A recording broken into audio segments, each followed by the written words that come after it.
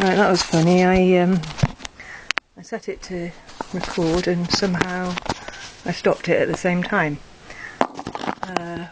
Right, I typed the whole thing out really awkwardly because my hands hurt today, all down the front mainly. I mean, it's a little bit painful in the joints, but it's as if I've been hanging onto a tightrope.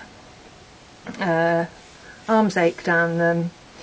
That's wrist not too bad, but that one feels as if someone's nailed it, well, just stuck a nail through it or something. I've got this get up on because I was going to actually try and take some notes, but all the pens I keep picking up are a bit well, they're not working. I need to buy some new pens, but that means going out of the house or ordering them from somewhere. Well, it's the 27th of September, I think. Yeah.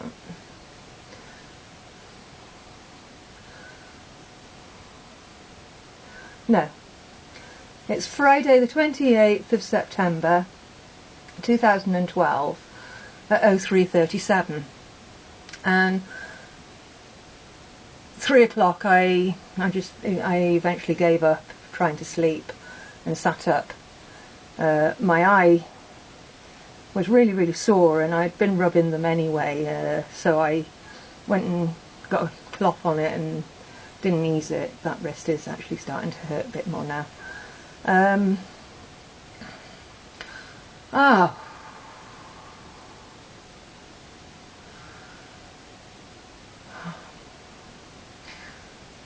Yeah, and I needed the glasses to see what I was typing as well. I was writing this timeline in my head about the first time, which would have been, I think, on April the 11th, 1968, the month before my 5th birthday, when we were living in the 4th house that we lived in.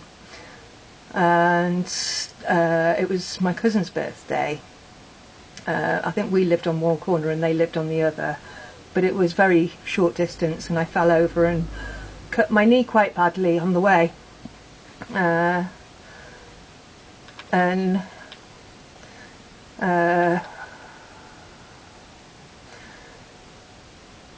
It's my first memory of social anxiety. I was very excited going, and I was very worried in case I got left out. And I tripped up on the way, as I said. Oh, I think I've said that, and cut my knee. And I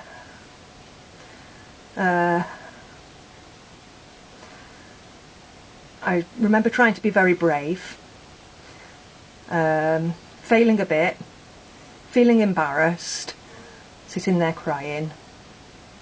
I was sat up to the table, if I remember right, and I'd had a bit of fuss and attention, but it hurt, and it's not fair, and I was sitting there just being quiet and feeling really upset and feeling really quite left out and wanting to play. And by the time the pain had sort of gone off enough that I could probably have played, I was too embarrassed to join in. And I was a year younger than my cousin, and I was always used to being the youngest and the one that no one wanted around, and I was annoying because I was the little one. But even before that, I very much enjoyed my own company. Two of my earliest memories is one being on the balcony of one of the houses we lived in, and vaguely there's two memories that are sort of morphed together.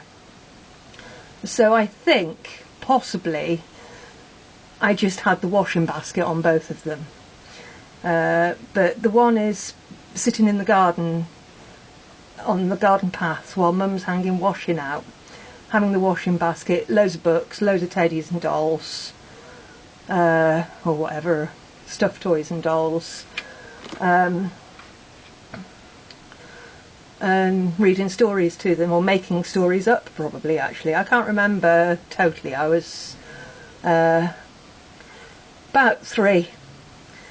And one of the other memories is the cake trolley, which cream cakes, and I didn't remember the cream cakes. Mum told me about those, but all I remember is a room with lots of windows and plants, and a hostess trolley with this lemon meringue pie, but I do remember, once Mum told me, I remember wanting one of each, and I took ages to decide what I was going to have, because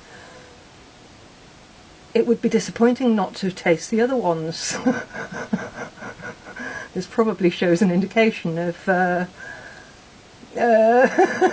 I want to taste everything. Anyway, I ended up with the lemon meringue pie, and that's what I remembered from my own memory of it. Mum filled the gap in when we were talking about it some years ago. And she reckoned it must have been about when I was 3. But I'm the youngest of 4.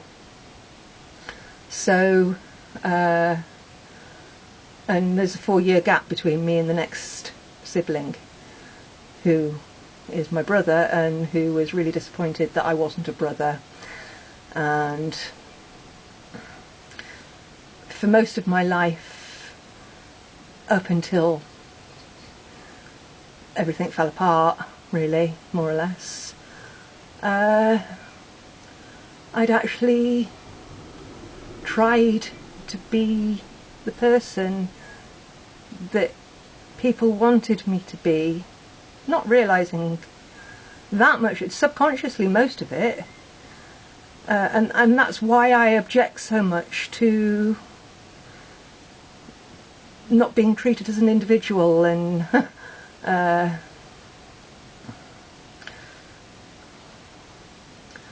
that's not quite it, but he wanted a brother, and a lot of the time, I mean, when I was born, the day I was born, I don't remember this bit, obviously someone told me, but he's reported to have said, "I don't like the name Elaine, I want a brother. I like the name Robert, I want a brother. Can you send her back and give me a brother?" And I grew up as a bit of a tomboy.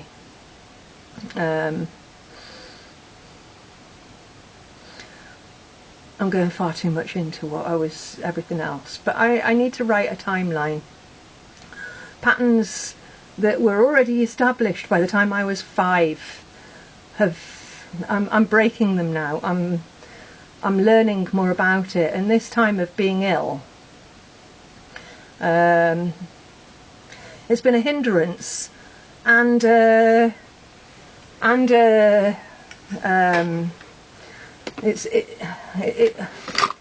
what's the other word? Hindrance, help. Yeah. Well, not a help. It's been, there's a positive to being ill and not having to, not being able to do so much, and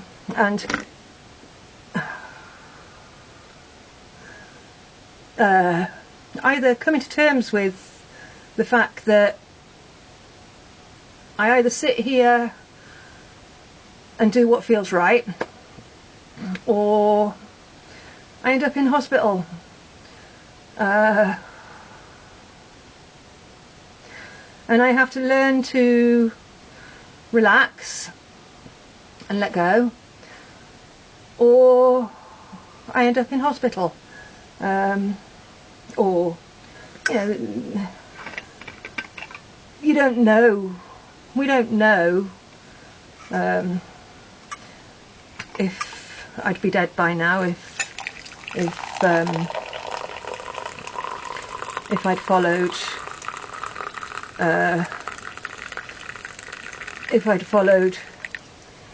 things in the traditional way of, oh, pain, let's have some painkillers,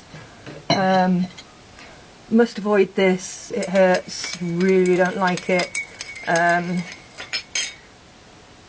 But a lot of the pain I have is short-lived.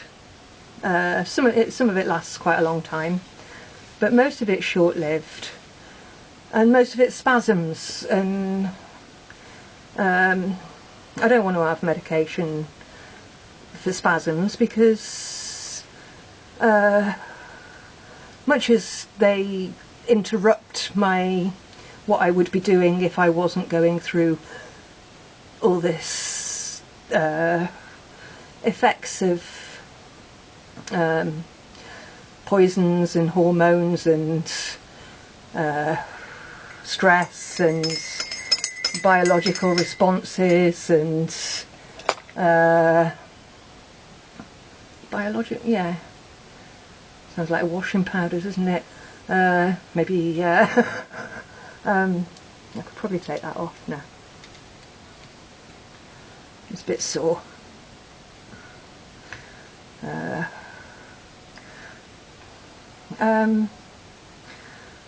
Yeah, I want to express stuff, I want to type it, but my typing's been atrocious and I've lost half. I wrote a really long bit about my hands and my wrists, explaining why typing wasn't up to standard, and that I was wanting to, and I was lying there, and I wrote, see, I need the glasses again now, bit odd looking through one,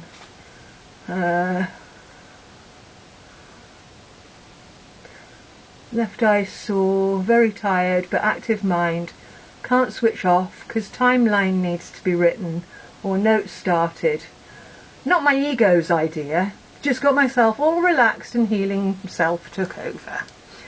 Because yeah, I don't think about stuff in a conventional way. I'm very I'm as sceptical about things that are accepted as the truth as I am about things that aren't. Well, there's sections of society that accept that truth, there's sections of society that accept that truth, and there's sort of, they overlap in places. But I'm quite wary of doctors and medicine, and quite rightly so. There's a lot of people who are, and there's a lot of research available to see how the drugs that